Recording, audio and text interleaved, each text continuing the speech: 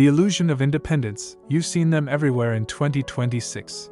Sleek, personality-driven AI apps that feel handcrafted for your vibe. As if someone somehow mixed your needs with intuition. They promise independence, creativity, disruption. But let's ask ourselves, before we praise the revolution, are these apps really independent?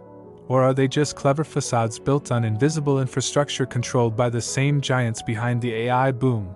Lean closer. In 2025 and 2026, global funding for AI startups exploded, capturing over 50% of worldwide venture capital investments. According to industry reports, signaling that the AI sector now dominates global VC landscapes. Traditional tech ecosystems used to protect incumbents, now they underwrite them.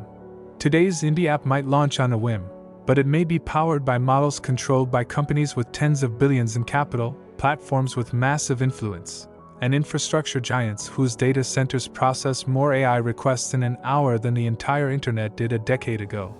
In the next hour, we'll break open what's building beneath the headlines, who funds these vibe-coded startups, who owns the stacks that run them, who really gets the profits and power, and whether independence is even possible in an AI era dominated by scale. The rise of vibe coding and AI startup explosion. By 2025, startups were reborn around one idea: AI first. AI began eating the edges of every industry, and that changed how software was built. Developers were no longer syntax experts. They became system architects, orchestrating AI agents and frameworks to build entire applications with minimal code. Traditional coding gave way to vibe coding, platforms where natural language and AI did the heavy lifting. One of the most striking examples is Swedish startup Lovable, a vibe coding platform founded in 2023 that turned from zero to unicorn in under 2 years. In February 2025, Lovable raised $200 million in series of funding at a $1.8 billion valuation. 8 months later, it reported $200 million in annual recurring revenue, ARR, and a funding round valuing it at $6.6 billion. This is not niche. This is explosive growth. Another startup, Replit, a Silicon Valley AI coding platform, projected $1 billion in revenue by the end of 2026 after skyrocketing from just $2.8 million in annual sales the year before. And hundreds of startups like Anything and Emergent are raising millions and finding real annual revenue within weeks of launch, all riding the AI-powered development trend. But here's the catch we rarely articulate: these startups feel small, look independent, act innovative, yet the infrastructure, the cloud, the models, the processors, that powers them is anything but decentralized. Which brings us to the engine beneath this trend. Invisible infrastructure, the cloud that runs the AI revolution. If vibe coding is the trend, then cloud infrastructure is the backbone.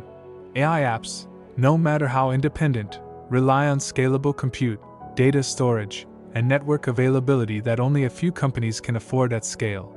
According to industry analysis, the top hyperscalers, Amazon Web Services, AWS, Microsoft Azure, and Google Cloud, control over 63% of global AI cloud infrastructure capacity, powering the workloads behind AI apps worldwide. AWS alone holds roughly 30% of AI data center capacity, with Azure at about 20% and Google Cloud at 13%.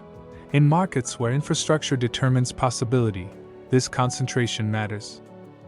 Cloud isn't just storage, it's AI model execution, training workloads, data pipelines, real-time inferencing. Ask yourself, if your vibe-coded app runs on servers owned by a hyperscaler, is your independence still real?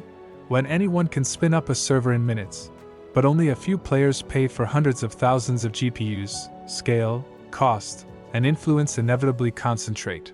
The cloud became essential in 2024, growing global spending on cloud AI infrastructure to over $321 billion with a 20% year-over-year increase, driven almost entirely by AI workloads. This isn't democratization, it's dependence. AI funding frenzy. Who backed the boom? AI funding isn't just high, it dominates. In 2025 alone, private investors poured billions into AI startups, with AI capturing close to 50% of worldwide venture capital investments, a landmark shift showing AI's central role in future tech. A report from industry trackers shows that nearly $70 billion of funding went to just two companies, OpenAI and Anthropic, reflecting how capital stacks at the very top of the AI stack. Anthropic, behind Claude, received massive backing from deep pockets. Amazon alone has pumped up to $8 billion into the company, making it one of the largest AI startup bets in history. That is a level of backing most independent startups will never see. Meanwhile, hardware dominance, led by companies like NVIDIA, which controls over 90% of data center GPU spending, shapes who gets AI acceleration and who waits in line. When the infrastructure market shares, compute dominance, and funding flows concentrate, independence isn't random, it's highly influenced. This isn't a grassroots uprising. It's an ecosystem shaped by capital and capital alone. The hype versus reality, startup versus giant reality. Indie perception comes from branding, not control. A startup might build an innovative interface, but the models it uses might be licensed from big players. The compute it runs on, rented from hyperscalers. The funding rounds, backed by deep-pocket VCs who also finance major players. One might ask, is vibe coding a movement? Or a marketing story powered by centralized infrastructure? Consider this: many vibe-coded platforms depend on the same foundation models, whether OpenAI's GPT variants, Anthropic's Claude, or others available via cloud APIs.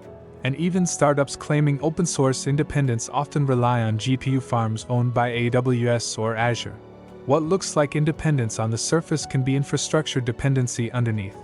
This is the paradox of indie AI in 2026. Enterprise consolidation, the quiet takeover. By 2026, AI innovation looks chaotic on the surface, thousands of startups, millions of apps. But underneath, consolidation accelerates. According to McKinsey, over 75% of enterprise AI workloads now rely on fewer than 5 vendors. Not because of preference, but because switching costs are brutal. Enterprises don't buy vibe. They buy stability, compliance, and uptime. This funnels power upward. Large corporations acquire promising startups not for innovation, but to absorb talent, kill competition, or integrate features into closed ecosystems.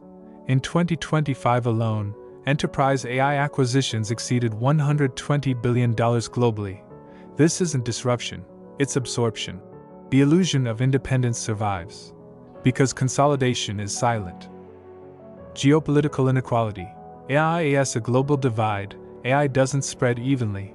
As of 2026, the US and China host over 70% of global AI compute capacity. Africa accounts for less than 1%. Most developing nations rent AI intelligence. They don't own it. According to UNESCO, 90% of advanced AI models are trained in fewer than 10 countries. This creates a new dependency model, not colonialism by land, but by compute, models, and data access. If your country doesn't own AI infrastructure, your economy runs on someone else's intelligence. Borders matter less than servers.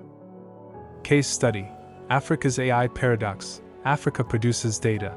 Africa supplies users. Africa trains talent. But Africa does not own the models. Most African AI startups rely on foreign APIs. Pricing changes overnight. Access can be restricted instantly. A 2025 report showed over 80% of African AI startups depend on US-based cloud services. Innovation exists. Ownership does not. This is not lack of intelligence. It's lack of infrastructure sovereignty. Case study: India's platform dependency. India builds. India scales. India exports software talent.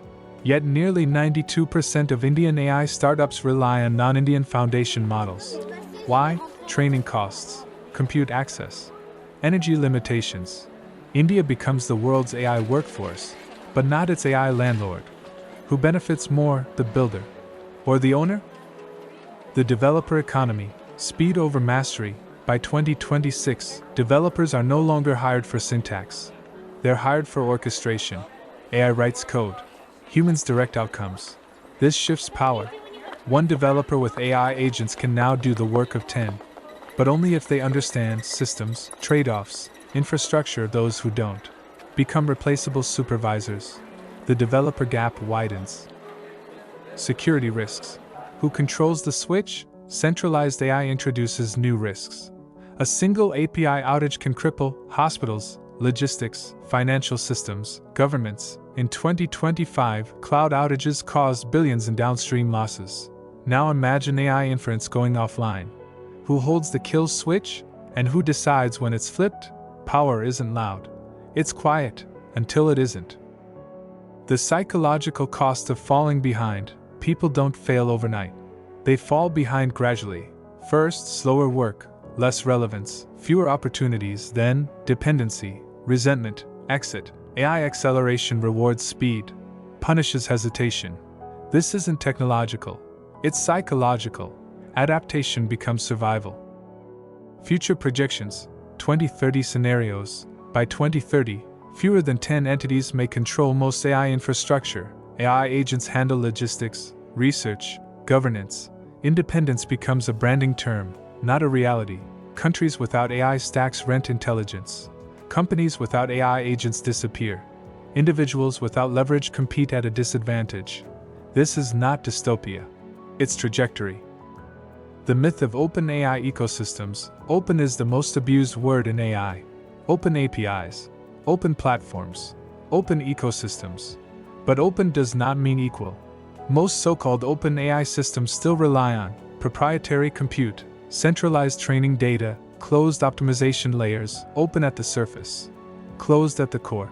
Even open source models require massive GPU clusters to train, something only a few entities can afford. So while the code may be free, the power is not. Openness without infrastructure is symbolism. Data, the invisible raw material. AI doesn't run on code alone, it runs on data. Every click, every search, every image, every conversation. By 2026, over 90% of the world's data is controlled by a handful of platforms, social networks, cloud providers, marketplaces. Startups rarely own their data. They rent access to it. This means models learn from centralized behavior. Biases compound, cultural nuance erodes. If data is oil, most countries don't own refineries. They export raw material and import intelligence. The attention pipeline. AI apps don't just solve problems, they capture attention. Distribution now matters more than innovation.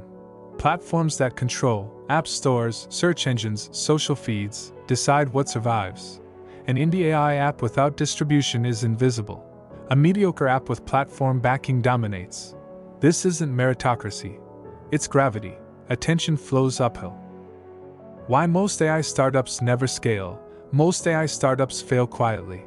Not because the idea was bad, but because margins collapse, inference costs, API pricing, compute spikes. Many founders discover too late. Their success increases their expenses. The more users they gain, the more they owe upstream providers. This is the hidden tax of AI dependency. Growth becomes a liability. The platform playbook. History repeats, just faster. Platforms allow startups to grow, until they don't. Then APIs change, pricing shifts, features get copied, access narrows. This isn't conspiracy, it's incentive. Platforms maximize control, not fairness. Dependence is profitable.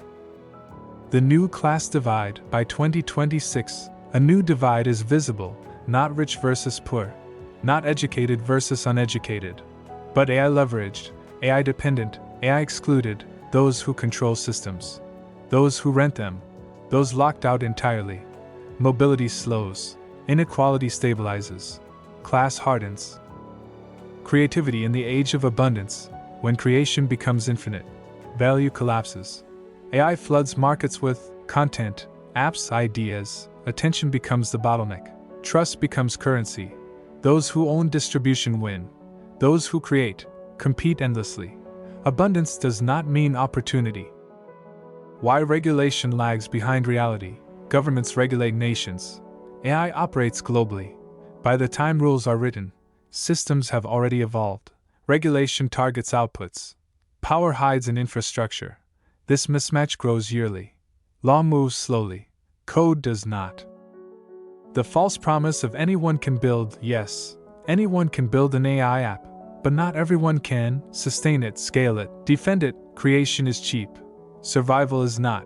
This is the quiet truth behind the AI boom. Access is not ownership. The future of true independence won't come from apps. It will come from decentralized compute, local data ownership, open infrastructure, shared governance, hard problems, slow progress, but necessary. Freedom requires foundations. Final reflection: the AI app revolution is real. But revolutions don't end when tools spread. They end when power redistributes. That hasn't happened yet. The question isn't, can you build? It's, can you endure? If this documentary made you uncomfortable, good.